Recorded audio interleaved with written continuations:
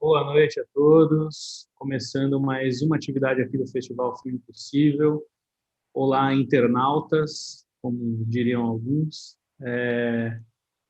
Hoje a gente vai começar as atividades da Masterclass. Temos a primeira delas aqui, com o diretor Fábio Rodrigo, grande homenageado aqui do nosso festival, dessa primeira edição. A ideia de Masterclass surgiu a partir do resultado dos cursos. A gente teve bastante procura, bastante interesse nos cursos do festival, então ela também é um desdobramento disso. A gente vai ter algumas aulas aqui falando de algumas questões do cinema, como direção de fotografia, direção de arte, comercialização, finalização. Então, vamos abordar vários assuntos, cada dia com um especialista diferente. E hoje, Fábio Rodrigo.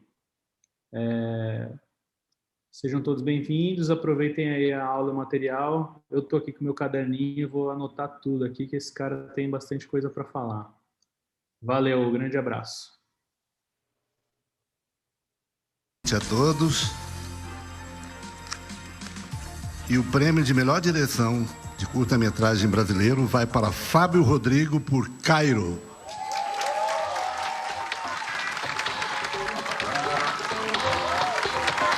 O Cairo, ele participou do Festival de Gramado em 2016 com o curta Lúcida e ganhou o prêmio da crítica. Lúcida também falava, né, Simone, da questão social, que está muito forte no Cairo, a atuação da polícia nas periferias. Estava em Lúcida, está também em Cairo. E é um filme muito interessante também do ponto de vista da linguagem cinematográfica. É um filme poroso que você demora a entender exatamente o que está em jogo na história. Mas muito legal. Tô um susto. Tô com o coração na boca, é a segunda vez que eu venho aqui. Outra vez a gente também levou um prêmio e mesmo assim eu tô muito nervoso. Então eu quero agradecer primeiro a minha família. Caroline Neves, que montou esse filme, que deixou tudo isso incrível. Quero agradecer minha mãe. Tem 64 anos e é diarista e teu filho tá aqui, ó. Certo? E oferecer pro meu filho Vinícius. Tem 4 anos e tá lá me assistindo. Eu te amo, amo todos vocês. Obrigado a todo mundo. Obrigado.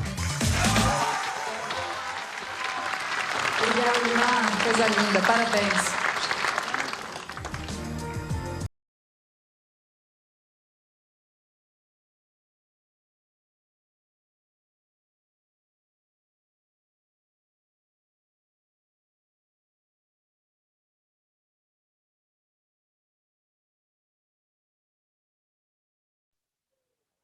Bom, boa noite a todos.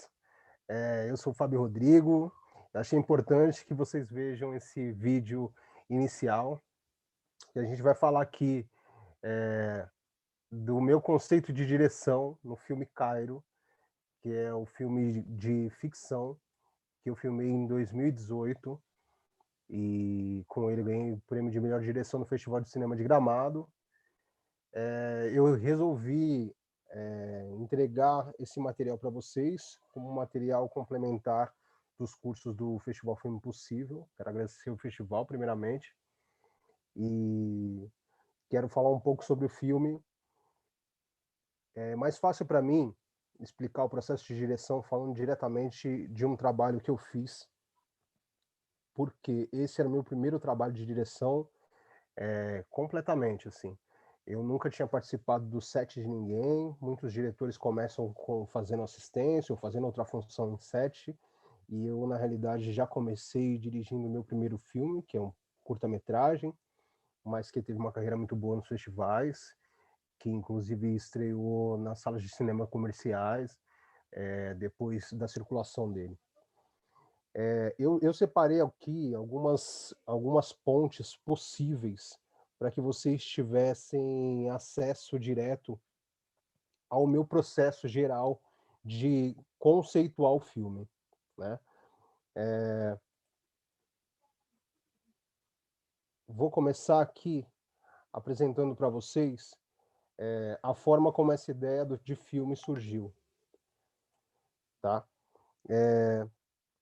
Esse filme, eu tive a ideia principal dele, assim, eu era um pouco ambicioso, eu estava começando, iniciando totalmente minha carreira, e tive uma ideia baseada num filme de referência que eu assisti na faculdade de audiovisual, que é o filme Crianças Invisíveis. Ele é uma compilação de curtas-metragens feita por grandes diretores do mundo inteiro. No meio desses curtas-metragens, você tem lá filmes do Ridley Scott e Jordan Scott, você tem Emir Kusturica e Katia Lund, a diretora brasileira que tem um curta-metragem nesse filme, que passou no Festival de Veneza. O que mais me chamou a atenção foi o curta-metragem do Spike Lee. E assim, é uma coletânea muito bonita, assim, eu não estou aqui para incentivar a pirataria, mas eu poderia dizer que talvez se você jogar esse nome no YouTube, você pode de repente encontrar esse filme lá disponível para assistir, porque é um filme que muita gente não assistiu. E assim, as histórias dos filmes, basicamente, são referentes a crianças do planeta todo, de vários países do mundo, que têm suas histórias apagadas. Essas crianças são crianças que passam a vida sendo invisíveis, passam pelo menos esse período da infância, né, sem que a sociedade as veja. Assim, todos os filmes passam por essa premissa. E eu, né, como ambicioso na época, gostei muito, principalmente do filme brasileiro da Katia Lund, e acreditava que eu, através do meu modo de ver as coisas, de enxergar essa realidade das crianças brasileiras, poderia fazer um filme que se equiparasse a esses, ou que respondesse, né, a essa provocação. O roteiro do Cairo, ele foi escrito em 2014, na verdade a primeira versão, e foi trabalhado durante a minha caminhada no cinema, né? Na verdade eu fiz um primeiro filme que é o Lúcida, e durante o processo de tentar levantar dinheiro para fazer o Cairo, que era o primeiro filme de ficção, e que eu sabia que precisava de um orçamento um pouco maior, isso demandaria de mim um pouco mais de estudo, um pouco mais de trabalho no conceito geral dele, né? A princípio, eu vou falar um pouquinho aqui, porque é importante, não sei se todos já chegaram a ver o filme, o link vai estar aqui na descrição do vídeo, o filme está disponível no festival e está online. Então o Cairo, ele fala sobre a história desse menino que está no meio de uma aula na escola, numa escola pública, e recebe a visita da Sônia, que é uma assistente social, e que precisa retirar ele da escola para ter uma conversa com ele a respeito do que teria acontecido na casa dele no período que ele está em aula.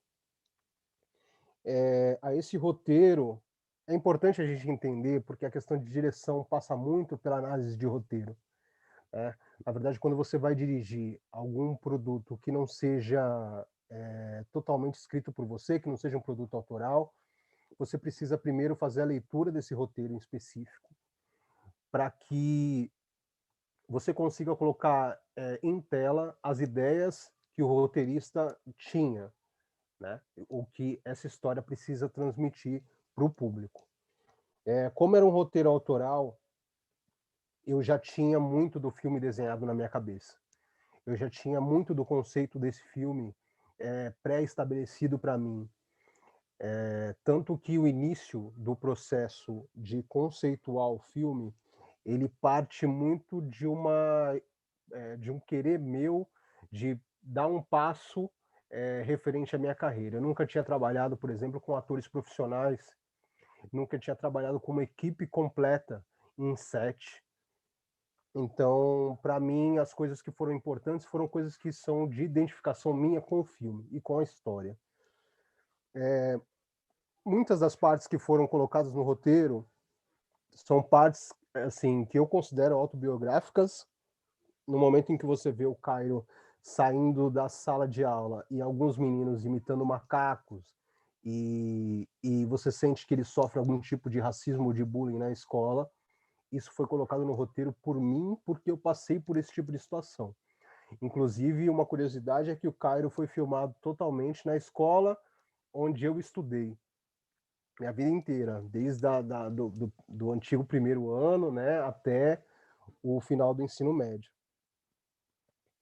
Então, assim, eu tava muito habituado com aquele ambiente, aquela escola. Então, para mim, eu acreditava que eu teria uma facilidade um pouco maior de conseguir fazer a concepção de planos, de imagem, de luz, apesar de já estar muito tempo sem voltar lá.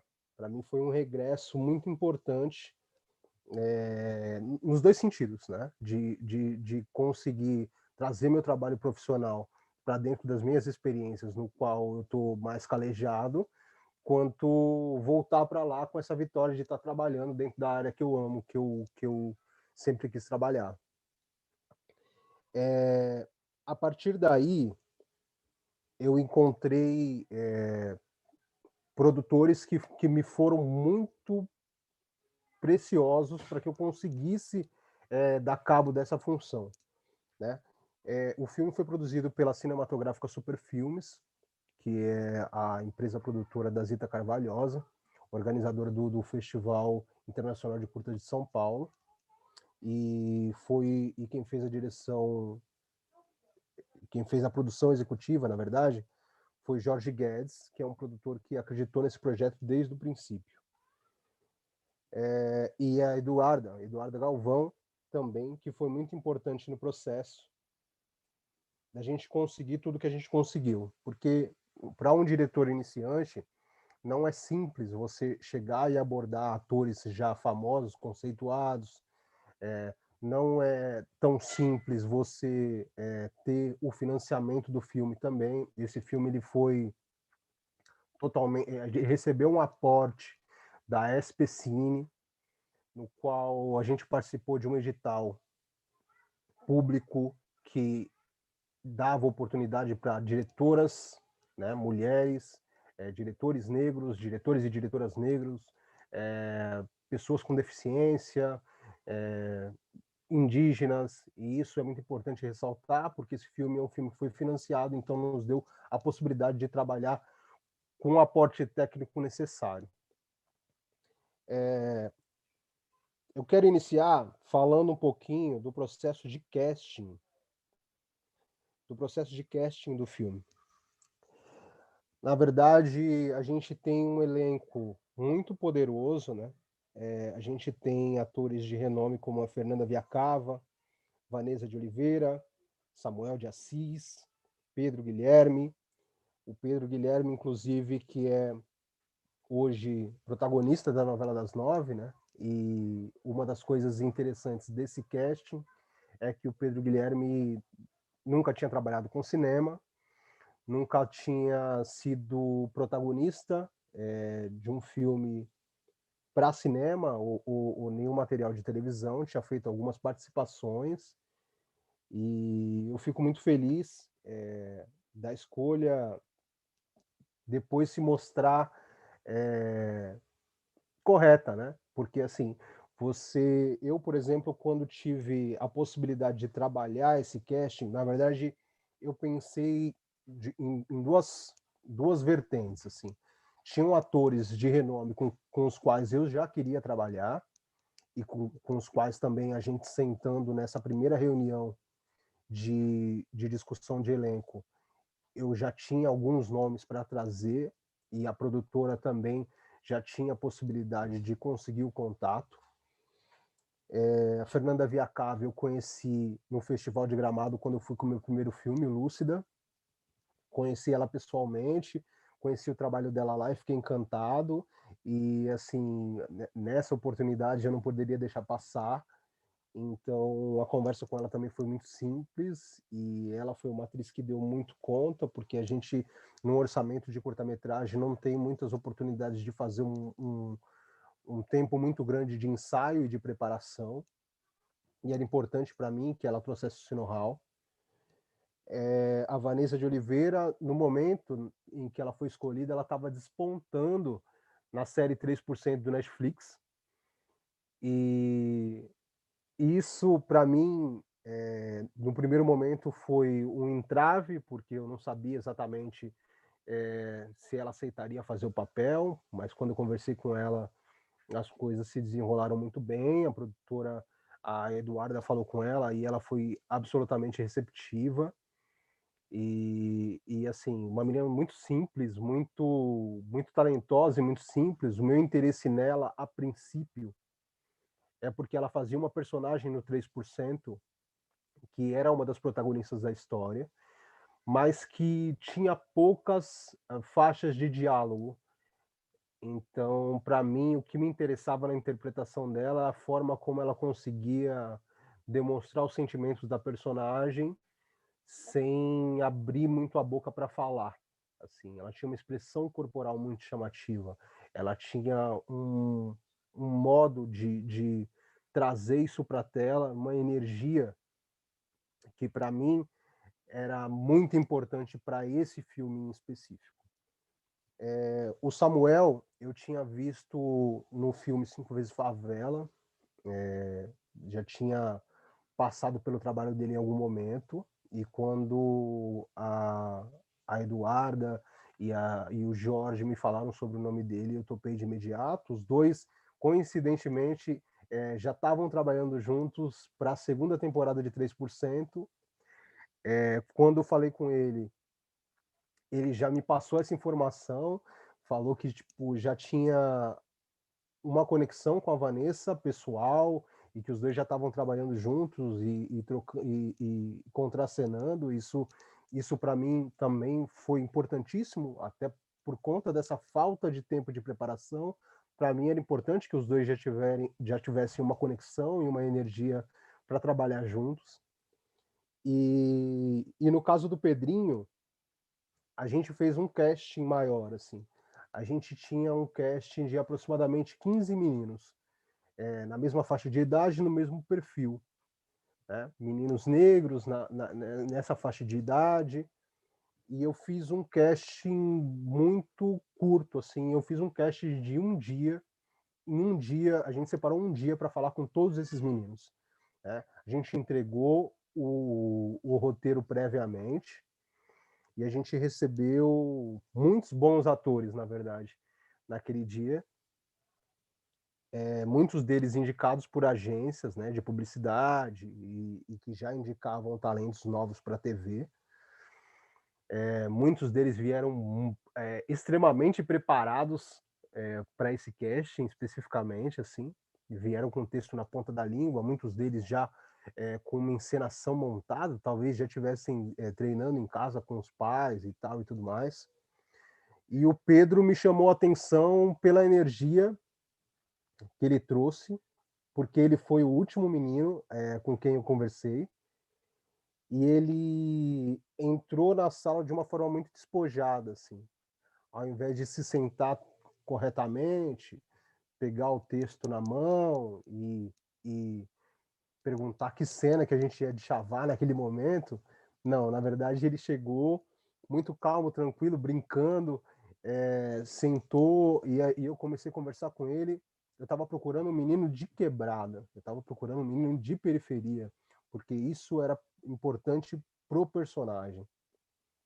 E eu acho muito importante a gente encontrar, para além do tipo que a gente precisa, para o filme, é encontrar o personagem no ator que vai fazer. E quando eu perguntei pro Pedrinho, Pedrinho, então você quer ser ator? Né? Eu, na minha inocência, assim, ele disse assim, não, eu já sou ator. Eu quero ser ator e jogador de futebol. Quer dizer, esse lance me chamou muita atenção, porque os meninos lá estavam, assim, já tinham respostas prontas na ponta da língua, assim. eu tomei uma virada, né, do Pedrinho, assim. Eu coloquei ele num cheque e ele me deu de volta, né? Isso é importantíssimo. Foi importante para mim, assim, naquele momento. E a partir daí, eu também era a primeira vez também que eu trabalhava com uma criança um pouco maior no set. Assim, no meu primeiro filme, eu trabalhei num filme um pouco mais caseiro, um pouco mais artesanal. E meu filho participou do meu primeiro filme, mas ele era um bebê, assim, ele tinha as próprias demandas, né? Mas uma criança um pouco maior eu não estava acostumado. E isso na escolha de elenco também foi importantíssimo, porque a Vanessa, por exemplo, ela foi uma tutora do garoto no set, assim, além da mãe dele, da Ana Paula, que eu quero muito agradecer, eu tenho certeza que ela vai assistir, que também, assim, me ajudou muito a controlar, né, o impulso, a energia do Pedrinho, e assim, ele é um menino hiper talentoso, concentrado, interessado, então, assim, no momento em que ele foi escolhido para ser a estrela da novela das 9, não me surpreendeu em nada. Eu acho que esse é um ponto importantíssimo, então a gente, a partir daí, já tinha o elenco montado e eu fiquei absolutamente animado. E comecei a pensar, então, no conceito visual desse filme. Da onde a gente parte para pensar o conceito visual, né? Em primeiro lugar, eu me coloco no meu lugar na cadeia, né, do audiovisual e do cinema brasileiro, assim. Eu sou de talvez aí uma segunda geração de realizadores de quebrada, né, que vem de bairros e regiões mais distantes dos grandes centros, e vem trabalhar com cinema, né, depois da implementação do digital e das políticas de inclusão para novos realizadores. E isso, para mim, era importante que tivesse em tela, saca? Tipo, desde o meu primeiro filme, esse é um assunto que é pauta para mim, e não só pauta, é parte da minha vivência, e eu tento trazer para todo produto autoral que eu trabalho. Isso gerava muitas dúvidas, assim. Eu sou muito fã de um diretor brasileiro que se chama Jefferson D. Aliás, mestre, se você for assistir, eu tenho grande admiração. E o Jefferson D. é um cara que vem trabalhando com cinema preto já há bastante tempo. É o criador do Dogma Feijoada, se vocês não conhecem, é bom pesquisar. É o manifesto do cinema preto brasileiro, assim, que institui alguns parâmetros para que você possa contar histórias sobre personagens negros no cinema. E ele sempre falou muito, assim, tudo que eu pesquisei sobre ele, sempre falou muito sobre a questão, toda vez que a gente coloca nossos corpos e nosso intelecto a favor do cinema, isso vai criar novas implicações, né? Tanto a questão de você colocar um personagem negro em tela, quanto você ter alguém preto dirigindo esse filme ou participando das áreas criativas do filme. A equipe do Cairo, ela foi montada quase que 50-50 entre pessoas negras e pessoas brancas. E isso também traz implicações para o conceito visual do filme. Porque o Jefferson D. sempre falava o seguinte, ele diz assim, quando eu entrei no cinema, as pessoas pretas sequer tinham uma cara de cinema. Assim. Os atores pretos eram subrepresentados na tela, tanto em termos de não terem papéis de destaque, quanto de não serem bem filmados, né? Grandes atrizes negras que tiveram a oportunidade de ter papéis interessantes no cinema brasileiro muitas vezes tiveram sua atuação apagada ou subavaliada. Não sei se essa palavra existe, mas é assim, as pessoas avaliavam de uma forma um pouco menor, até porque a expressão delas estava mal iluminada, estava mal filmada, não se tinha luz o suficiente ou pensada para filmar personagens pretos. Isso é uma coisa que ficou muito na minha cabeça antes de começar a fazer meu primeiro filme de ficção. E durante um laboratório que a gente teve exatamente desse edital, a gente juntou lá vários realizadores e uma realizadora também que eu quero destacar aqui, que é importantíssima no meu processo, que foi a Carol Rodrigues, curta-metragista, escritora, roteirista, inclusive trabalhou aí nas temporadas de 3%,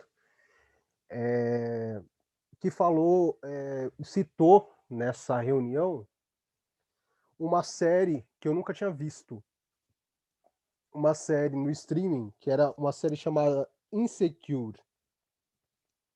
Desculpem meu inglês. Essa série, o diretor de fotografia, que eu também não vou me arriscar a falar o nome, vocês pesquisem, ele trabalhou muito o conceito de filmar a pele preta, né? E para que desse realce para essas atuações. Uma das coisas que ele falou, em alguns vídeos que eu vi, nas pesquisas que eu fiz antes de começar a trabalhar o conceito do filme, era que muita luz estragava a pele preta. Pouca luz também estragava a pele preta. Se você tivesse pouca luz, você não tinha acesso, né? E não imprimia a expressão. E se você tivesse muita luz, você dava uma luz que a gente chama de dura, e as sombras também iriam atrapalhar os pontos focais, para que você entendesse bem essa atuação. E uma técnica que ele ensinou, que eu quero repassar aqui para vocês, que não foi colocada por mim no Cairo, foi colocada pelos dois diretores de fotografia, que é o Felipe Poroger e o Rodrigo Mesquita, que inclusive participou do Festival Filme Impossível, dando curso de documentário. Ele fez a fotografia, um dos diretores de fotografia do Cairo, que o ideal era que se colocasse uma luz refletida na pele negra, né? E que para que você desse destaque para as expressões, você precisava usar uma loção específica na pele. Uma loção que não é aquele óleo. Sabe aquele óleo que foi usado no Cidade de Deus? Não quero falar mal do filme, não. Né? O filme é muito bom. Assim, né? Mas sabe aquele óleo que deixa as pessoas com cara de pastel de feira, assim, os pretos especialmente, assim, brilha, né? Não é isso. É uma loção específica para a pele negra, né? Onde você dá para ela um brilho que vai ser notado quando a lente, né? Quando, assim, a questão de óptica, eu não quero entrar em detalhe porque é muito técnica, né? Era melhor que o Rodrigo ou que o Felipe estivessem aqui para poder explicar. Mas eu coloquei aqui alguns exemplos, eu não sei se está bom para visualização, mas eu coloquei aqui alguns exemplos dessa luz refletida tocando na pele. Inclusive, eu não sei se dá para ver onde está o meu marcador aqui, mas você tem, por exemplo, nessa imagem da esquerda, você tem um personagem que está numa sala que diegeticamente estaria com as luzes apagadas, só com luz difusa de fora vindo, assim. E você tem um brilho incrível na pele dele, assim, onde você consegue enxergar o contra na parte de trás da nuca e na parte da frente você tem uma luz bonita, difusa. Isso foi muito utilizado na cena do Cairo, onde você tem a diretoria e que a diretora está conversando com o Nogueira, o policial. E o outro exemplo que eu estou dando aqui é onde tem um casal, né? O casal de protagonistas da série, e eles estão com a pele uma do lado da outra. A imagem não está com a qualidade 100%, mas você consegue enxergar, inclusive, a diferença de tonalidade de pele dos dois, né? Você consegue ver ali a pele mais retinta com a pele um pouquinho menos retinta, né? Da menina aqui. Então, isso também foi muito usado, especialmente na cena do carro no Cairo, assim, onde a Sônia e o Cairo estão conversando. Você consegue enxergar tanto a expressão dos dois, quanto a diferença de tom de pele de ambos, assim. A diferença de tom do cabelo, cara, quando o cinema consegue chegar nesse, assim, isso me empolga, tá ligado? Na realidade, assim, eu falo para vocês, eu fico felizaço, assim, de ter chegado nesse ponto, assim, porque você consegue enxergar a diferença de tom do cabelo dos dois, saca? Que se você olhar filmes mais antigos com personagens pretos, você vai ver assim uma diferença quase nula entre o tom de cabelo das pessoas, entre o tom da pele das pessoas, tá? Coloquei mais alguns exemplos aqui. O primeiro da esquerda também, que todos eles são dessa mesma série. O primeiro da esquerda aqui mostra a personagem num corredor, assim como a Sônia lá no Cairo, onde eu precisava entender se quando ela estivesse distante, num corredor escuro, e a gente tivesse essa luz, que não é uma luz dura, né, pegando nela, se a gente ia conseguir diferenciar entre ela estar silhuetada no primeiro momento e depois estar iluminada quando a porta se abrisse. A gente fez alguns testes e eu acredito que a cena ficou muito bonita. Eu quero até mostrar para vocês na sequência, mas eu acho importante também que vocês vejam a imagem da direita, que é uma imagem de personagens negros no sol a pino. Isso também era uma coisa quase impossível no cinema nacional, assim. Não estou falando que o Cairo foi o primeiro, mas assim era uma coisa que era assim muito difícil de acontecer no cinema nacional, assim, de você fazer exposição de fotografia com personagens pretos no sol, porque o sol gerava muita sombra. E essa sombra matava completamente a expressão dos atores, matava completamente o tom de pele dos atores. E aqui nessa cena da série, você consegue ver que essa luz refletida, combinada com essa loção na pele, utilizada na pele, você consegue ver um brilho incrível, né? Realçado pelo sol. Na verdade, a pele negra está realçada pelo sol, ela não está apagada, anulada e nem explodindo, né? Isso era muito importante para mim. Eu vou aqui para passar para vocês um trechinho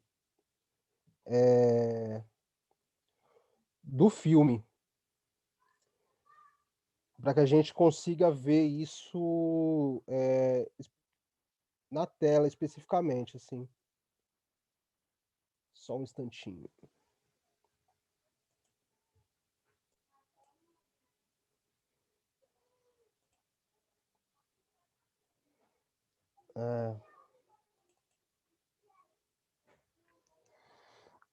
É interessante porque são detalhes que às vezes você está muito atrelado na história e às vezes é difícil de pegar. Mas é interessante aqui, eu vou mostrar para vocês o quanto é importante esse tipo de estudo. Vou colocar a cena um pouquinho mais para frente e vou abrir.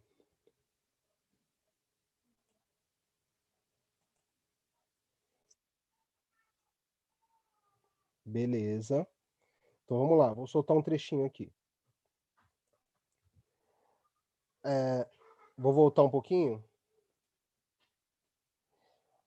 Eu vou parando e vou mostrando. Olha aqui, quando ela vai entrar, aqui você está vendo o cabelo dela com todas as matizes, né, de luz, enquanto ela está no ponto mais claro do quadro. E quando ela vai entrando no ponto mais escuro, você ainda consegue ver. Isso é muito difícil de se fazer quando não se tem uma luz especificamente na atriz. E aí ela vai lá para o ponto mais escuro e vai praticamente silhuetar.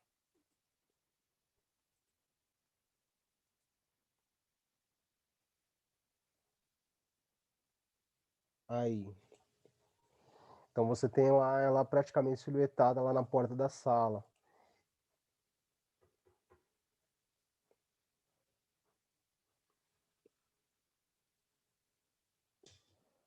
Era importante para a gente entender se esse efeito aqui ia funcionar, né?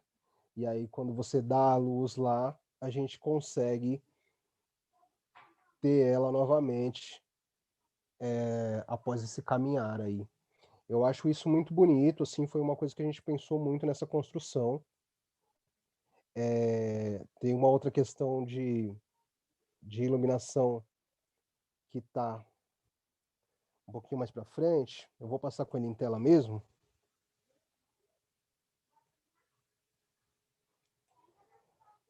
Aqui, o outro exemplo lá, que vocês conseguiram ver na tela no exemplo da série. Vocês conseguem ver aqui também. Da minha irmã. Você lá tem idade para cuidar de uma criança? Não, é para minha mãe. Pior ainda. Interessante vocês olharem o tom do cabelo dos dois. Tita, a senhora tem mãe? Tom de pele. A tia tá com fome. Vamos comer alguma coisa?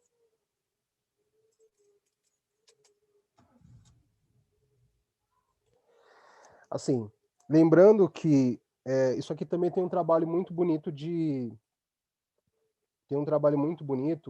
que é de colorização, que foi feito nos estúdios da Cinecolor em São Paulo, e que a gente também deve muito a esse trabalho posterior de colorização, tá? Mas no conceito do filme isso já tinha sido pensado, estudado antes da gente conseguir colocar em prática. Com relação às escolhas de enquadramento,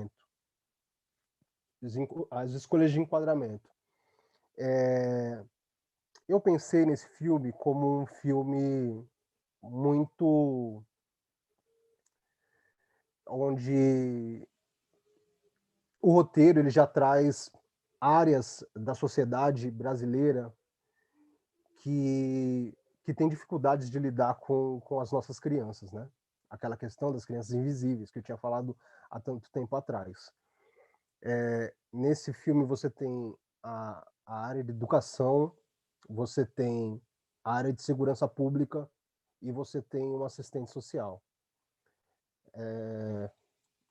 E durante o filme, sem dar total spoiler para quem ainda não assistiu, você vai ver que assim entregar uma notícia para uma criança ou lidar com uma criança que passou por uma situação, que está passando por uma situação de alta vulnerabilidade naquele momento, escapa do alcance e da mão dessas 3 esferas da nossa sociedade, certo? Então, para mim, o que era mais importante nesse filme era justamente colocar essa criança e essa mulher, que é uma guerreira, uma lutadora que está ali numa função muito difícil, dentro de um mundo que fosse muito maior do que a possibilidade deles de vivência, saca? Tipo assim, de que aquele sentimento que está nascendo entre eles ali de cumplicidade fosse muito menor do que toda essa questão da sociedade que cerca eles, assim, né? E eu me baseei muito em filmes que têm um enquadramento muito geométrico e que dão a noção um pouco dessa grandiosidade. A escolha, inclusive, de trabalhar lá num scope, né, numa tela tamanho scope, cinemão grande, para uma história que, a princípio, não sei, talvez se ela fosse dirigida por um outro diretor, assim, se ela fosse contada por um outro diretor, talvez ele se interessasse um pouquinho mais pela proximidade dos dois e colocasse eles mais em close, colocasse eles mais próximos do público. Isso, para mim, era um sentimento que não existia quando eu escrevi essa história. Essa história, para mim, era para mostrar exatamente o meu e o seu distanciamento dessa criança que está passando por esse tipo de situação. E o distanciamento de todas essas áreas da sociedade também, como eu já expliquei. Então, eu escolhi enquadramentos grandes que dão uma imensidão, uma grande profundidade de campo, né? Deixa eu subir aqui, opa, escapou. Que dão uma grande profundidade de campo. Esse filme aqui é um filme também que eu quero indicar para vocês, para quem gosta principalmente de fotografia e de enquadramento, de imagem, assim, né, de trabalho de imagem, que é um filme chamado Columbus, de um diretor chamado Kogonada, diretor oriental, um diretor que tá trabalhando nos Estados Unidos, mas que é o primeiro longa dele também, assim, que impressiona muito pela precisão dos enquadramentos, e se vocês observarem, ele tem muito a ver com Cairo, assim. Se vocês olharem isso aqui, esse primeiro da esquerda tem muito a ver com os corredores da escola. Se vocês olharem essas cenas no parque aqui, também lembra muito os enquadramentos do Cairo. Você vê aqui os personagens numa cena de diálogo simples, né? Os dois personagens frente a frente.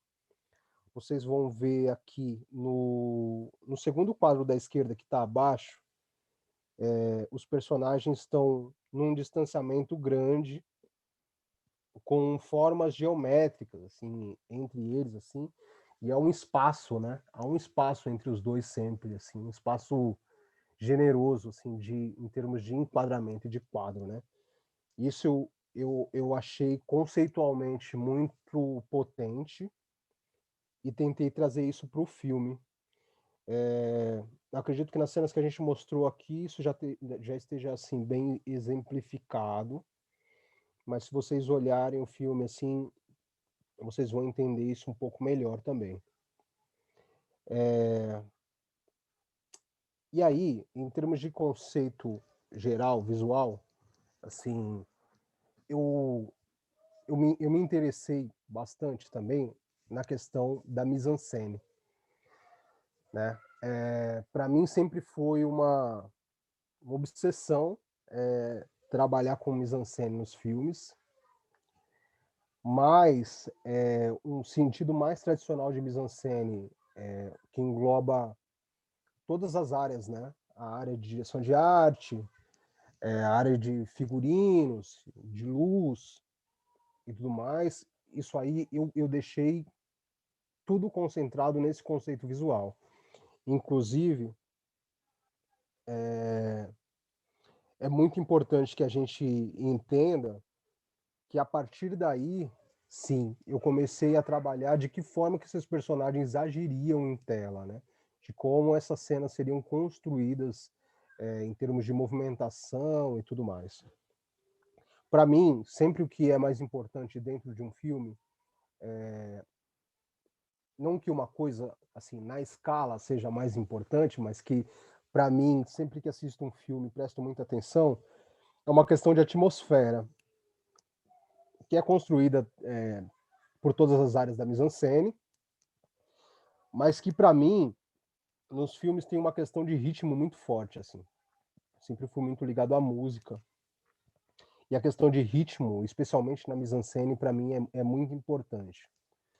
Esse filme especificamente, eu trabalhei a mise-en-scène do filme e a encenação dos atores muito baseado em soul music.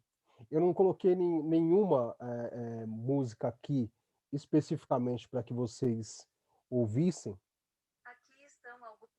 porque eu acho que é o mais importante é a gente entender a base disso, né? Em que ponto, assim.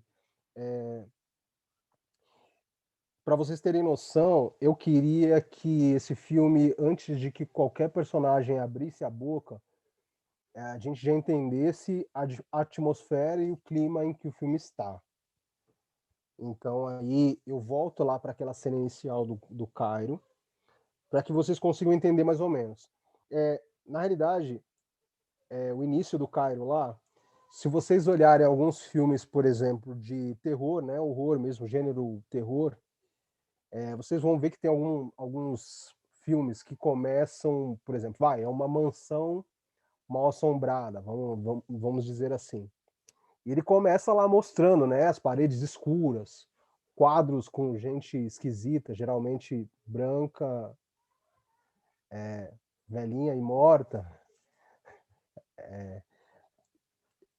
E aí você tem lá, né, a casa meio destruída, meio nesse sentido, para que você dê uma atmosfera de terror para o filme. Geralmente tem até uma trilha ali para te dar um clima.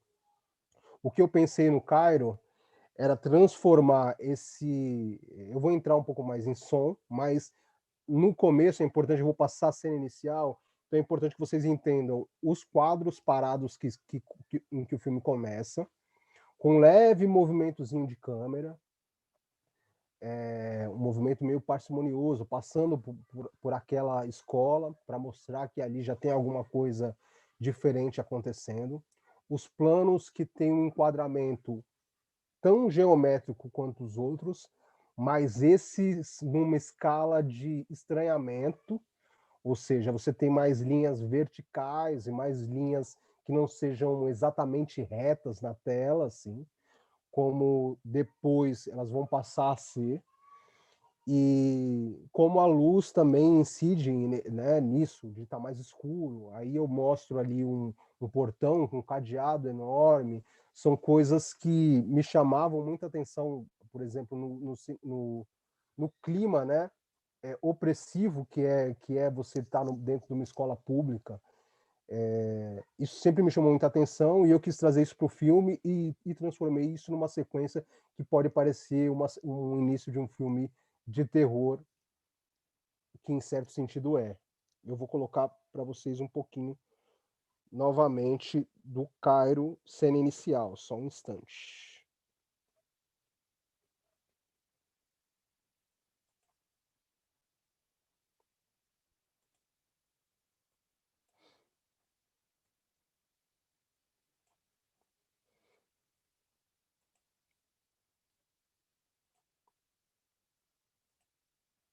Vamos lá.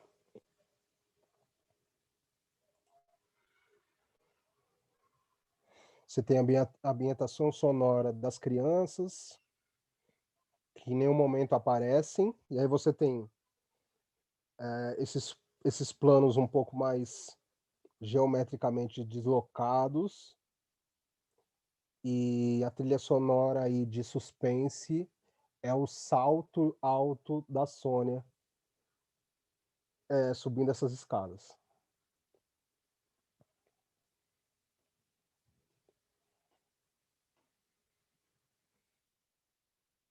Não tá chegando som? Espera aí. Deixa eu ver.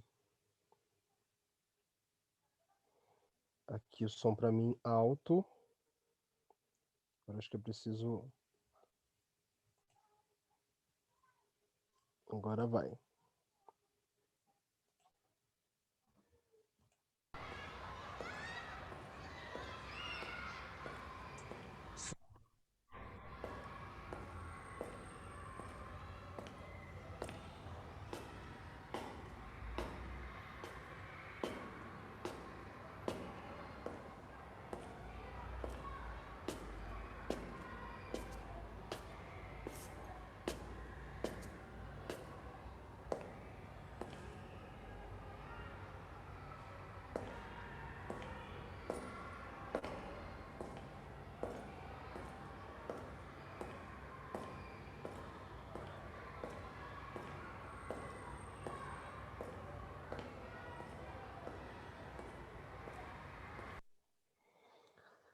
Bom, eu gosto muito dessa construção porque é uma questão de escolha de planos, né? É uma questão de construção de atmosfera, uma questão de você iniciar o filme antes do trabalho de encenação com os atores.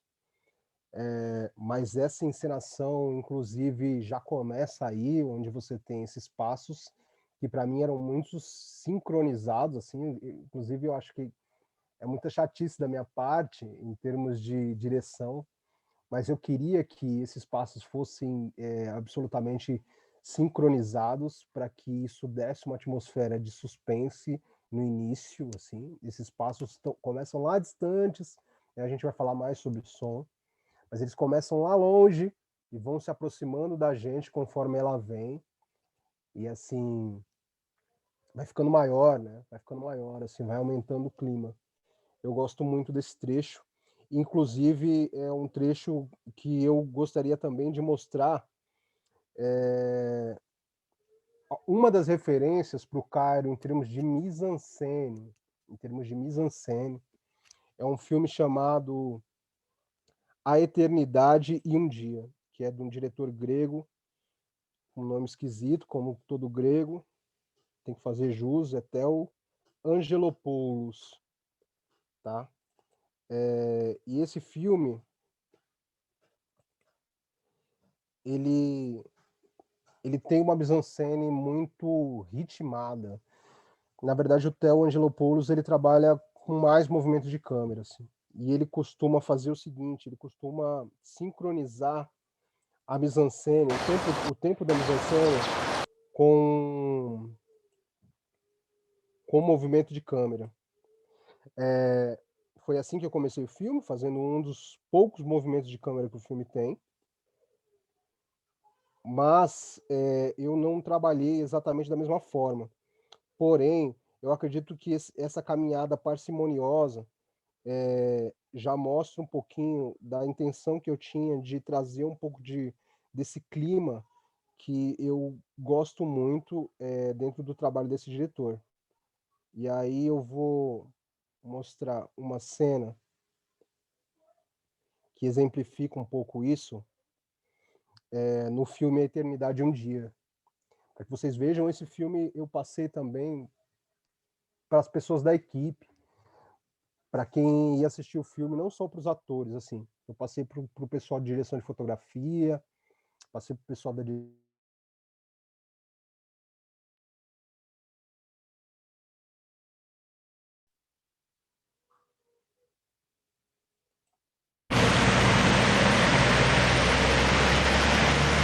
especialmente porque na minha cabeça a equipe precisava entender a questão de ritmo que eu queria para a mise-en-scène do filme.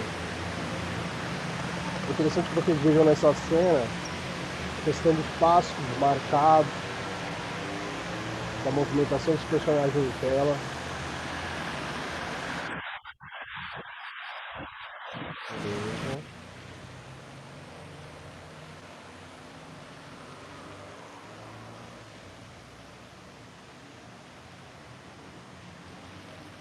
Cada movimento como se tivesse em câmera lenta.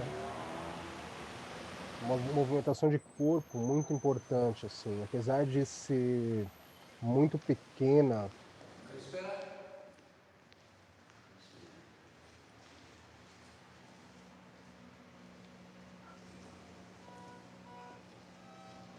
ele toca na jaqueta, toca no cabelo, assim, são movimentos pequenos que para mim eram muito importantes. Se vocês fizerem um link com aquela cena que eu mostrei do Cairo, vocês vão ver que foi exatamente isso que eu queria.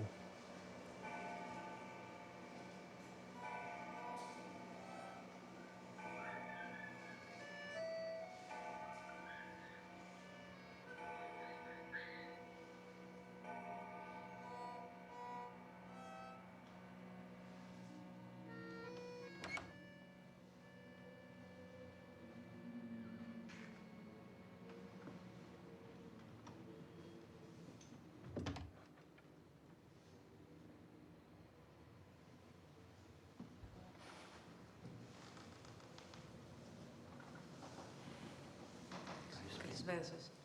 Θα ξανάρθω αργότερα. Καλύτερα να σας αφήσω μόνος.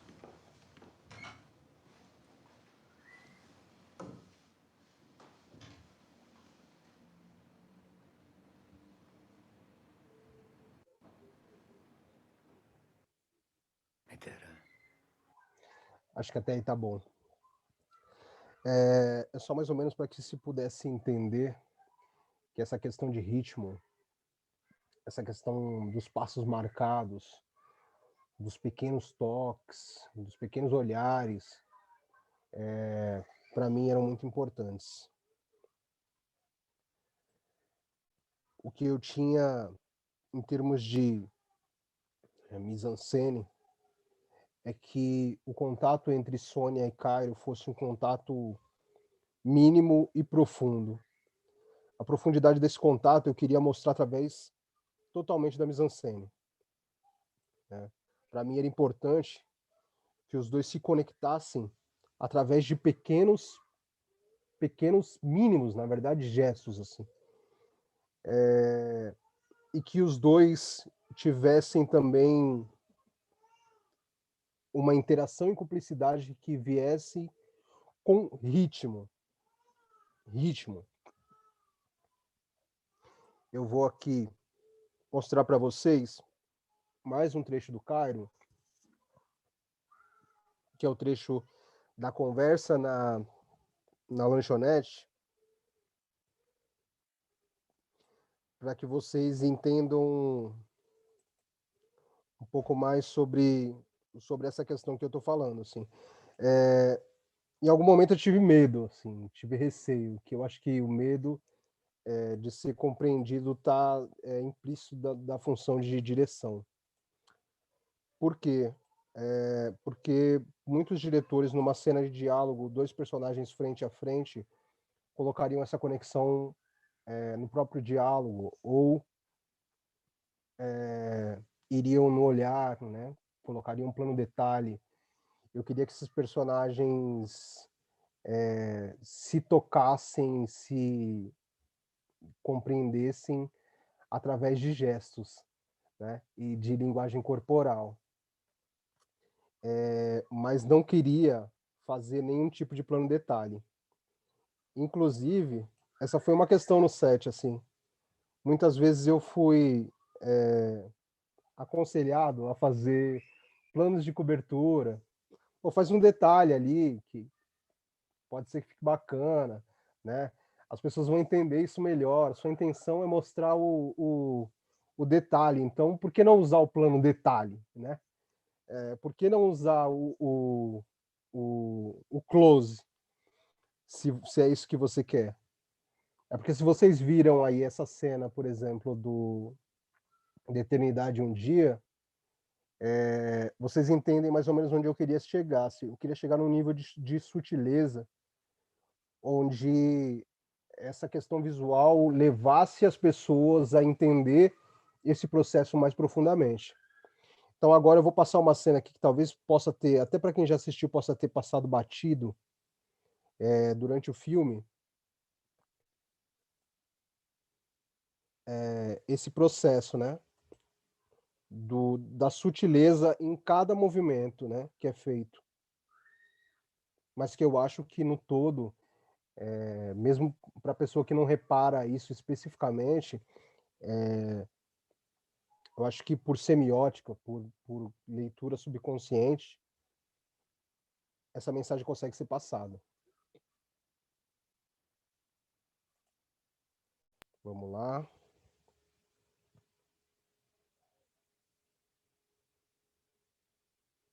Não precisa me esperar. Pode devorar.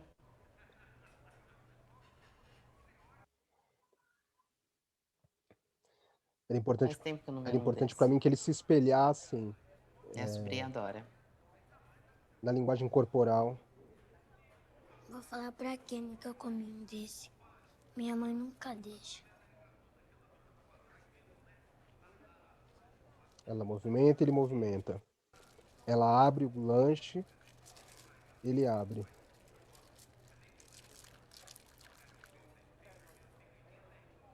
Na verdade, verdade, um dia ela falou se eu queria, mas eu falei que não queria, mas eu queria. Entendi. Ela coloca o canudo, ele coloca o Porque canudo. ela quase nunca tem dinheiro, mas naquele dia ela tinha sim.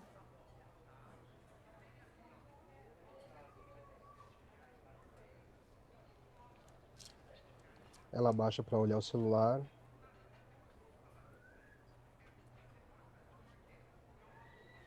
Ele posiciona para uma oração.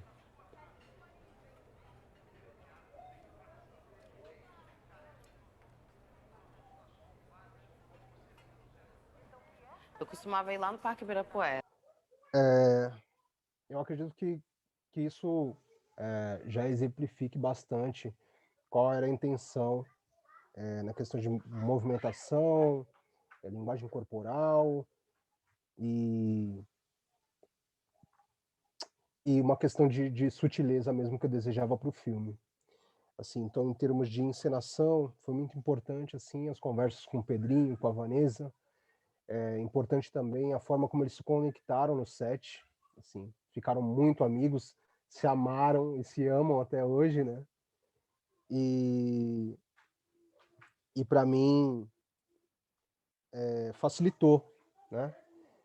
Porque conforme eles foram se integrando, assim, tem cenas, por exemplo, como a cena do parque, onde eles estão conversando de novo, e assim, é cena que tem pouquíssimo movimento entre eles, assim. Nenhum dos dois levanta, se mexe ou faz alguma expressão muito brusca com o corpo, assim. São expressões mínimas, mínimas mesmo, mas que depois de algum tempo, de tanto eles se olharem e se conectarem, essas ações foram ficando meio espelhadas, assim, que era o que eu queria.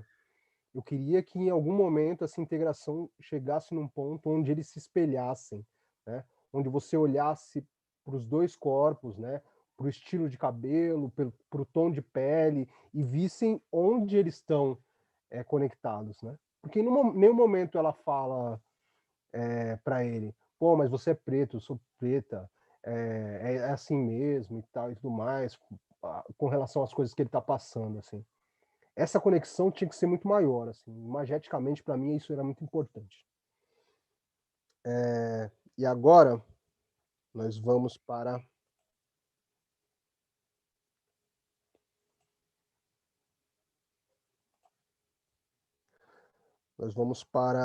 a questão de som, construção sonora do filme Cairo. Eu fiquei muito inseguro com relação a falar da parte técnica de som, porque realmente eu não sou técnico de som e nunca estudei para isso. Na verdade, eu entendo de som a partir da minha curiosidade e da minha insistência em assistir filmes com meus campos, né, meus sentidos assim abertos para entender um pouco mais essa área técnica, assim. Por isso, para mim, nesse filme, o cara, né, a pessoa que faria o som teria um valor muito importante, que faria especialmente o desenho de som. O som desse filme foi feito pela Carolina Barranco, pela Fabiana Santos, a captação, e depois o desenho de som foi feito pelo Fábio Baldo, né, que assim, tem até uma história com relação a isso, assim, que eu corri atrás dele antes de ter a grana para fazer o filme, assim.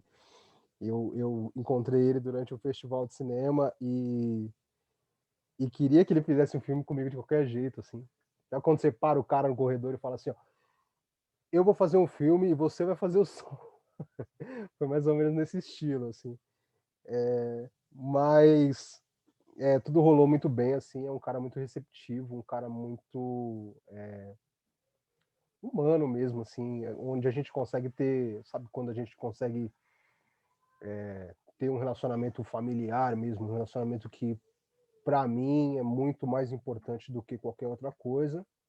E aí, né, vou acrescer a isso que ele é, para mim, um dos maiores do país no que ele faz. tá ligado? Apesar dele fazer muita coisa, né? Dirigir filmes, inclusive. Mas o trabalho de som no filme, para mim, era muito importante. Eu queria muito que o filme não tivesse nenhum tipo de trilha sonora especificamente, assim. Não era a trilha que eu queria. Eu queria que o filme tivesse uma conexão com o real e com os sons diegéticos, né? Os sons práticos, assim, das situações que estão acontecendo naquele momento. E por isso que a gente constrói lá desde o começo, né? Aquele suspense já a partir do salto da Sônia que sobe uma escada. E eu queria que o filme permanecesse assim. E assim, mas a construção depois sonora do filme deu para ele um clima e uma atmosfera que era aquele meu desejo inicial de criar um filme cheio de atmosfera que, assim, é um drama, mas ele tem camadas, né, de suspense, e que essas camadas também estivessem no som. Isso foi muito importante, tanto no som quanto na montagem, que depois eu vou falar um pouquinho. Na questão do som, eu quero mostrar para vocês também mais um trecho específico. O Cairo, ele tem uma passagem, ele tem uma sequência que se passa toda dentro de um parque, né? E é muito difícil captar som, né? Porque a gente tem muita interferência externa, a gente tem uma área aberta onde você não tem casas ao redor, então você tem muito vento, você tá lá com boom, com muita dificuldade de fazer a captação desse som. Isso contribuiu para que a gente tivesse algumas das cenas mais bonitas em termos na atmosfera sonora do filme. Por quê? Porque o Fábio Baldo ficou, na verdade, com a responsabilidade de fazer uma construção sonora específica para essas cenas de parque, assim. E ele trouxe coisas muito lindas que eu vou mostrar para vocês, assim. Primeiro, tinha uma questão de que a gente estava num suspense crescente da história, no momento que o policial chegava muito perto de encontrar a Sônia e Cairo, que não poderia ter saído da porta da escola. E ali a gente precisava subir esse tom, né, de suspense. E o Fábio Baldo propôs para mim trazer uma atmosfera sonora que trouxesse um clima um pouco mais noturno, um pouco mais pesado de efeitos, assim. Então ele trouxe vários insetos, especialmente aqueles insetos que a gente ouve mais à noite, né? Vários grilos, mosquitos, né? Depois trouxe alguns cantos de passarinho, alguns sons muito específicos que vão crescendo de intensidade até o momento do encontro deles com o policial. E isso eu acho, assim, incrível. E vou mostrar um pouquinho para vocês aqui.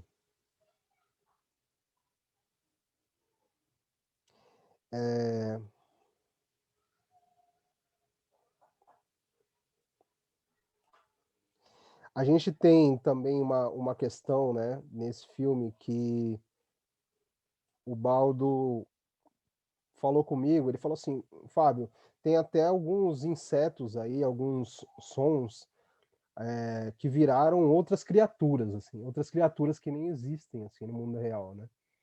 Porque ele fez uma alteração, que é uma alteração de pitch.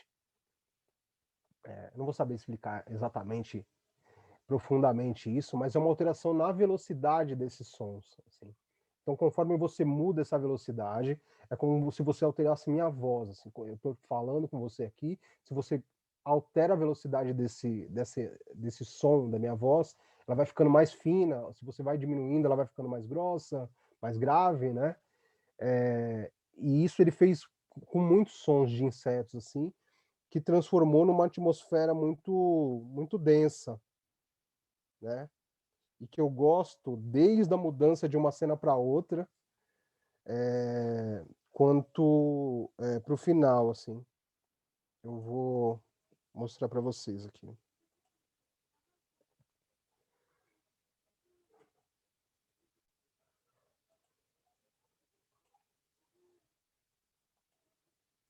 Vamos lá. Vou soltar aqui desde o final da cena que está na diretoria para o início dessa cena do parque, dessa crescente de intensidade dos ruídos, tá? E dos efeitos sonoros. Vou aumentar um pouquinho aqui.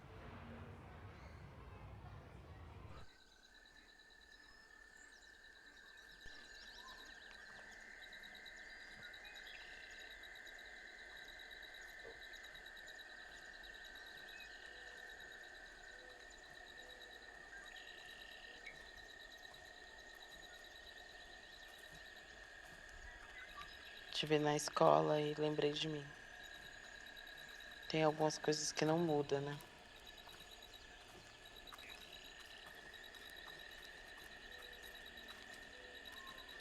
Tia, eu quero ir pra minha casa.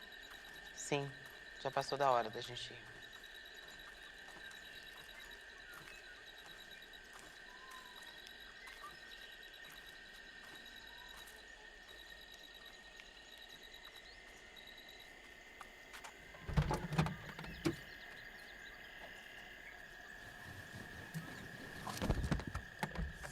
A senhora sabia que a polícia tá atrás da senhora? Calma, tá tudo bem. Tá tudo bem pra senhora. Então, e tudo isso, assim, nada é música, né? Mas tudo é música. Vai se construindo uma criação de, assim, uma tensão, né? Uma densidade em cima da imagem através do som. Eu vou passar um pouquinho aqui, porque tem essa cena da discussão e tal e tudo mais. Aí depois tem uma cena de transição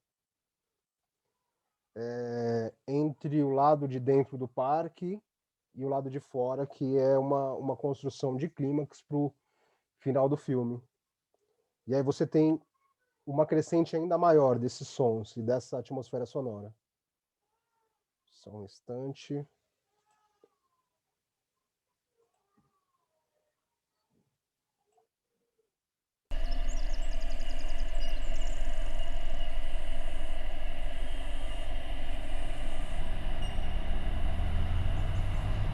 Você tem uma passagem, né, para esse clima que é totalmente bucólico do parque, para os sons de carro que estão na rua. Vou voltar um pouquinho.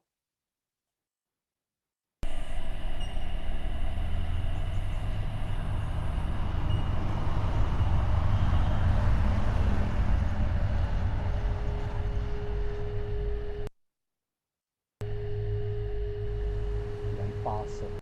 Eu amo essa transição, assim. Eu fiquei completamente apaixonado quando o Fábio Baldo trouxe isso para o filme, assim. Uma outra coisa muito bonita que está dentro desse escopo é logo aqui depois Na verdade, começa lá atrás, quando os dois estão conversando no parque. Vou passar aqui rapidinho.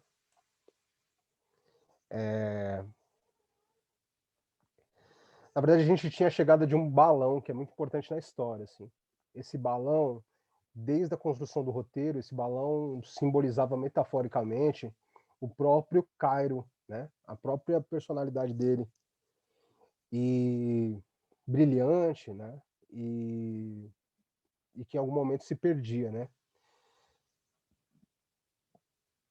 Porque é isso, assim, o Cairo, a minha ideia era pensar em que momento, né, uma criança totalmente inocente, com um futuro incrível pela frente, pode mudar a cabeça, né? Qual o momento, o start, o início. Ninguém nasce mal, né? Ninguém nasce ruim, ninguém nasce com mágoa no coração, ninguém nasce com cicatrizes, né? Essas cicatrizes a gente ganha. E eu queria entender o momento inicial, né, desse menino, assim, com relação a isso. E esse balão era muito simbólico, porque era o momento onde ele se perde, né, assim. E só que eu, ainda com aquela intenção de trazer tudo muito sutil, de forma muito sutil, de forma muito longe, onde, tipo, trouxesse a percepção do espectador para dentro do filme. Eu quis transformar a aparição desse balão numa coisa muito distante, mas que também fosse sutil na cena, mas que fosse um pouquinho mágica, um pouquinho incrível, como é a ida desse balão embora. E aí eu tive a ideia de fazer esse plano aqui, que é um plano onde os dois estão conversando e tem esse grande espaço entre os dois, assim como tem na lanchonete, né? E no meio desse espaço surge o balão.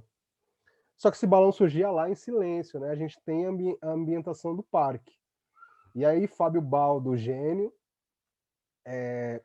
trouxe a ideia de transformar o som de um dos pássaros do parque no som que fosse que simbolizasse esse balão.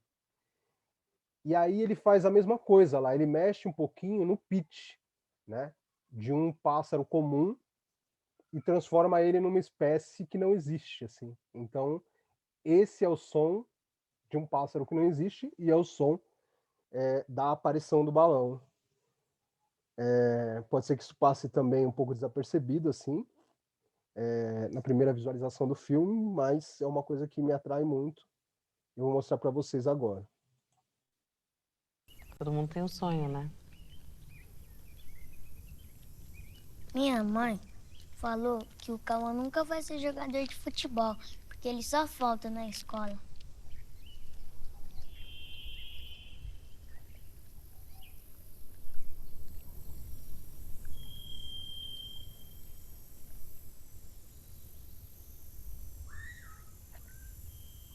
Cairo.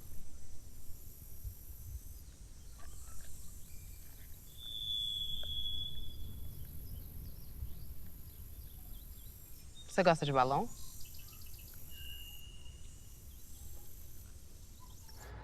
E isso era importantíssimo também para que brecasse ela aí, né?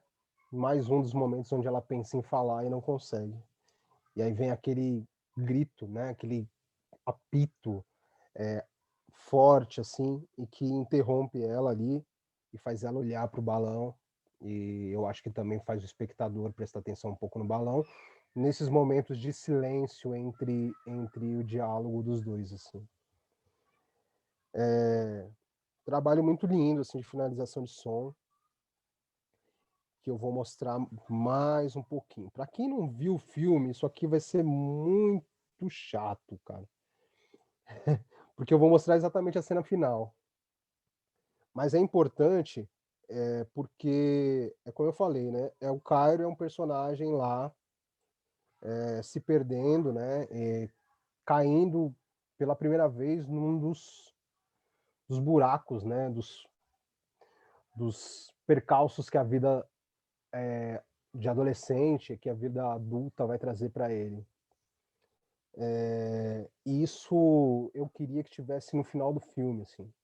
No final do filme, como eu falei, é onde eu faço o único plano aproximado do Cairo, né, na escolha de planos, é o único momento onde você está mais perto do rosto dele mesmo, para enxergar a expressão direta dele, onde ele olha praticamente diretamente para a gente, que é espectador, né, e questiona a gente, assim, né.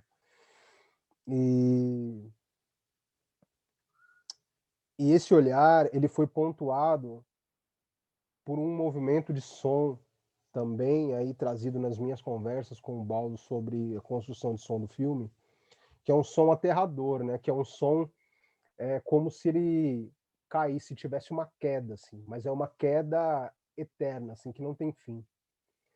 E a gente falava muito disso. O Baldo falou para mim, Fábio, isso para mim é a queda, né, de um personagem, é uma queda infinita, né? E ele trouxe para mim um efeito sonoro que se chama shaper tone, onde você muda a escala das notas de som para que esse som de queda nunca termine. É como se ele tivesse aquele som de queda comum em filme, em animação, que ele vai... mas quando ele vai cair, é como se ele retomasse do início. E aí ele vai caindo diversas vezes até o final. Eu vou mostrar para vocês como foi o som que o Baldo colocou na cena final do filme, e depois eu vou mostrar a referência que ele me mostrou para que a gente escolhesse esse som. Então vamos lá, a gente parte aqui daquele finalzinho do parque, trazendo uma transição sonora para a cidade, para o carro. Uma pontuação aí que é uma nota sonora.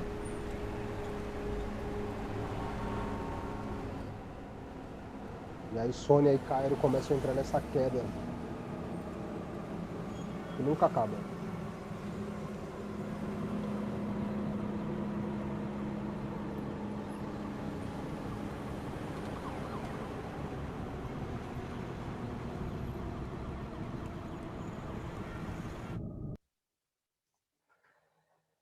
E ela continua, assim, nos créditos do filme ela continua. Durante algum tempo.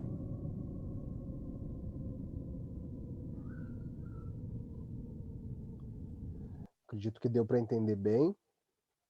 Agora, o efeito sonoro, por questão de direitos autorais, eu vou poder mostrar só um pouquinho para vocês, porque ele está disponível aí numa dessas plataformas. E aí eu vou mostrar para vocês só um pouquinho.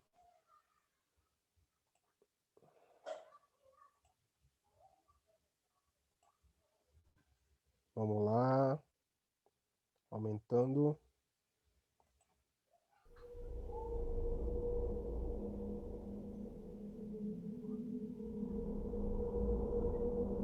Vai e nunca cai, assim.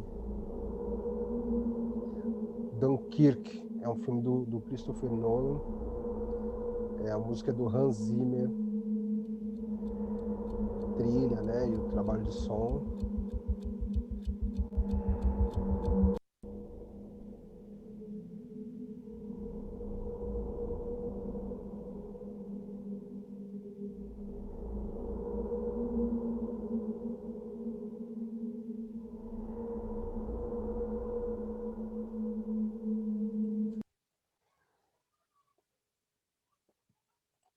Então, aí o filme ele tem, na verdade, ele tem algumas cenas, esse filme especificamente tem algumas cenas em que você tem um filme de guerra, né? E você tem aviões o tempo todo sobrevoando e assim aumenta uma tensão incrível, assim, porque você tá sempre com a impressão de que vai cair alguma coisa, vai vir uma nova explosão, vai acontecer algo assim. E eu gosto muito disso, assim. É um efeito também, esse Shepperton, ele já foi usado em outros filmes, assim, inclusive em filmes de drama. O Zama, da Lucrécia Martel. Lucrécia Martel é uma rainha do som, né? Também, assim como Hans Zimmer. E ela já usou também esse efeito no filme Zama. Eu e o Fábio estudamos bastante essa questão, assim, tentamos isso várias vezes, com vários tons diferentes, e eu acredito que esse é o que mais se encaixa na definição que a gente precisava, assim, que era essa queda infinita para um personagem que entra em queda a partir desse momento, assim. Acho que a questão de som a gente bateu bastante, e agora eu vou falar um pouquinho de montagem. É importante porque para a gente que trabalha com direção, o filme ele termina se reconstruindo, né, nessa montagem, assim. E no Cairo, especificamente, isso aconteceu algumas vezes durante o processo, né? Por exemplo, vou dar alguns exemplos para vocês, assim. Quem montou o filme, importante saber também, que foi a Caroline Neves. que também montou Lúcida e que montou meu filme seguinte, que é esse que está circulando agora, que é o Entre Nós e o Mundo. Trabalho com ela desde o início. Aí, né, aproveitei e casei com ela, né, porque ia facilitar o negócio, assim, né, e a gente se ama. E aí, assistindo o filme, vocês vão entender porque eu a amo também. Porque, assim, a gente tem várias questões de ritmo e de... como eu falei, a questão da música, eu sou muito ligado ao rap, né? Ao rap, ao hip hop. E o hip hop, ele trabalha muito com reconstrução e recortes de outras músicas, né? O que a gente chama de sampler. Né? Então a gente está sempre mexendo em músicas que já existiram e ressignificando elas, né? E transformando elas num ritmo completamente novo, assim. Quando você trabalha num filme da forma como eu trabalhei no Cairo, que eu tive essa ideia de trabalhar as cenas como praticamente todos os planos sequências ou planos longos, né? Plano sequência é quando você ressignifica o plano dentro dele mesmo, assim. E plano longo é quando você mantém lá e você fica fixo. Então o filme todo é feito assim. Ele não tem cortes para dentro da cena, né? Quando você trabalha dessa maneira, é muito difícil você depois ter opções de montagem. Você não tem opções de montagem, a não ser que você queira descaracterizar completamente o conceito do filme. O filme tinha esse conceito desde quando ele foi pensado, concebido. Então ele jamais mudaria nesse sentido. Mas aí, com a Carol, nós dois aqui pensando o filme, né? Ela com a mão na massa e eu pensando o filme juntamente com ela, aqui o ritmo em que a gente ia querer para isso, a gente manteve essa questão dos planos longos, mas a gente entendeu a complexidade de alguns momentos, assim, né? A complexidade de alguns momentos. Se você reparar naquela cena de som que eu passei, em que a câmera, por exemplo, passa novamente pelos lugares do parque onde Sônia e Cairo já tinham passado anteriormente, para dar aquela sensação de vazio e, poxa, o menino sumiu, não tá aqui, não tá aqui, não tá aqui.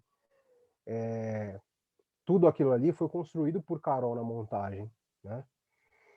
Porque a gente não tinha... eu não fiz... eu fiz, sim, planos mais longos, que inclusive a gente deixou espaço para que a gente tivesse plano vazio, mas eu já tinha a ideia que não seriam tempos mortos, que a gente poderia utilizar isso depois. E a Carol utilizou de uma forma muito inteligente, que é encadear essas imagens como se o espectador tivesse procurando o menino pelo parque novamente, assim. Isso é uma construção muito bonita e é um momento onde o filme está crescendo em termos de clímax. E ele não cresce em termos de ações. Ele tem uma discussão ali específica e a partir daquela discussão e da cena do balão, que o balão sobe, você tem uma construção de planos, em termos de tempo, eles são muito menores. Né? Em termos de tempo, eles são muito menores. Eu quero falar sobre um livro que me ajudou muito durante esse projeto, que é um livro de um crítico gringo que se chama David Bordwell. David Bordwell. Figuras Traçadas na Luz. Esse é o livro. E ele me ajudou muito com relação a essa questão de como os diretores mais experientes pensam o ritmo, né? Na hora de filmar, né? Diretores que não são diretores absolutamente comerciais, né? E que eles têm um ritmo diferente de filmagem e assim, um conceito diferente de fazer esses planos, de filmar esses planos com mais tempo, ou de usar tempos mortos, ou de deixar a câmera rodando após a encenação dos atores, assim, mesmo que não se vá usar isso.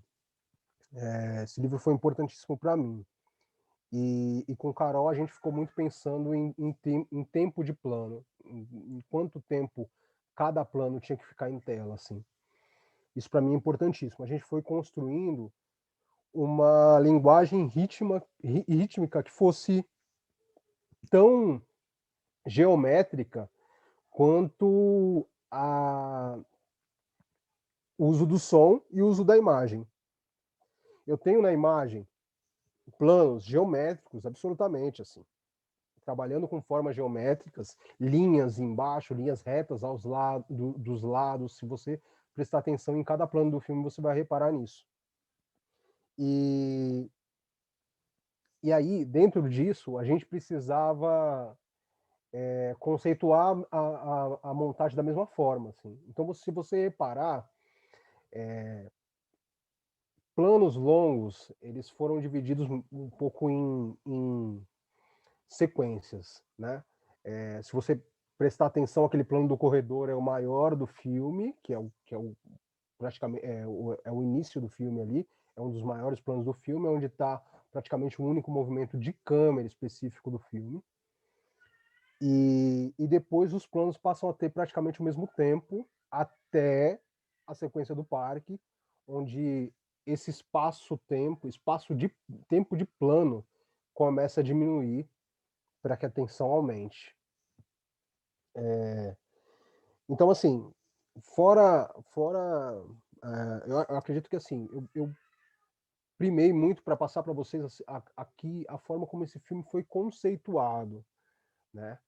E é claro que depois da filmagem a gente pega o material bruto e entende que algumas coisas do conceito vão cair um pouquinho, algumas coisas não vão funcionar, outras vão funcionar melhor, né? Mas eu entendo que essa composição, né, composição mesmo, assim, em termos musicais do filme,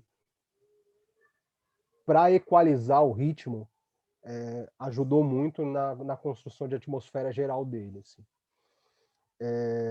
Outras coisas interessantes, se você olhar aqui nessa imagem, inclusive, que está aqui, você tem essa viatura, né? Eu falei pouquinho de direção de arte. A direção de arte foi feita pela Ana Rita Bueno, né? E tudo que eu entendia do filme, assim, foi conceituado, e inclusive essa viatura que está aí, ela foi totalmente construída para o filme. E o interessante é que ela aparece no filme em poucos segundos, assim. Ela aparece em 2 planos especificamente. Aparece nesse plano na frente da escola aí, e aparece num outro plano onde o carro está saindo, assim, que é de dentro do carro que a gente vê essa viatura, assim. Mas ela foi construída, inclusive ela foi o elemento de arte que foi mais caro no filme, assim, né? Sei lá, você usar, sei lá, tem um orçamento de 60 mil para fazer o filme todo e gasta 1.500 só para montar uma viatura que vai aparecer aproximadamente 5, 6 segundos no filme todo, assim. Mas faz parte do processo, né? Faz parte do processo e também faz parte da questão de montagem, né? Que é aquele momento onde você precisa entender que nem tudo que você idealizou para o filme vai ficar, né? Uma coisa interessante é que o Caio, inclusive, a viatura, ela andava um pouquinho no filme, assim, na chegada dos policiais ali, na saída dela. Mas essa viatura aí, ela inclusive deu um chabu, no qual a gente colocou ela no estacionamento da escola, e ela simplesmente, tipo assim, o cara que veio fazer a montagem do lado de fora dela, né, o profissional que trabalha com o lance dos adesivos, ia colocar e tal e tudo mais, simplesmente deixou a chave da viatura. E a gente ficou sem chave da viatura e tinha que filmar dentro de algumas horas, assim. A viatura estava lá travado, com o freio de mão puxado dentro do estacionamento da escola, que era uma rampa, assim, para chegar na rua, assim. Então, para ela aparecer alguns segundos no filme, ela teve uma montagem aí de mais de R$ 1.000 de caracterização, né? E ainda foram necessários 5 homens para subirem ela empurrando do estacionamento da escola para que ela ficasse paradinha ali, onde ela fica ali o resto do filme, assim, né? Então, assim, isso é muito interessante, e isso foram coisas que a gente pensou muito depois também, né? Depois do pessoal de direção de arte ficar muito bravo com tudo, depois de atrasar diária, e disso tudo, a gente precisava, sei lá, eu voltei do set pensando assim, essa viatura tem que ser a estrela do filme, cara. Porque ela deu tanto trabalho que ela precisa ser a estrela do filme, tá ligado? E na realidade ela aparece muito pouco, assim. Só que eu acredito que ela tem um significado bem forte, bem importante na história, né? A Beatriz de Oliveira, que fez a direção de arte com a Ana Rita, inclusive falou isso, assim, né? Porque nos bairros de quebrada e de periferia, aquilo ali, uma viatura policial, ela é muitas vezes, cara, muito assustadora, sabe? Então a presença imponente dela por alguns segundos no filme passa essa sensação, assim.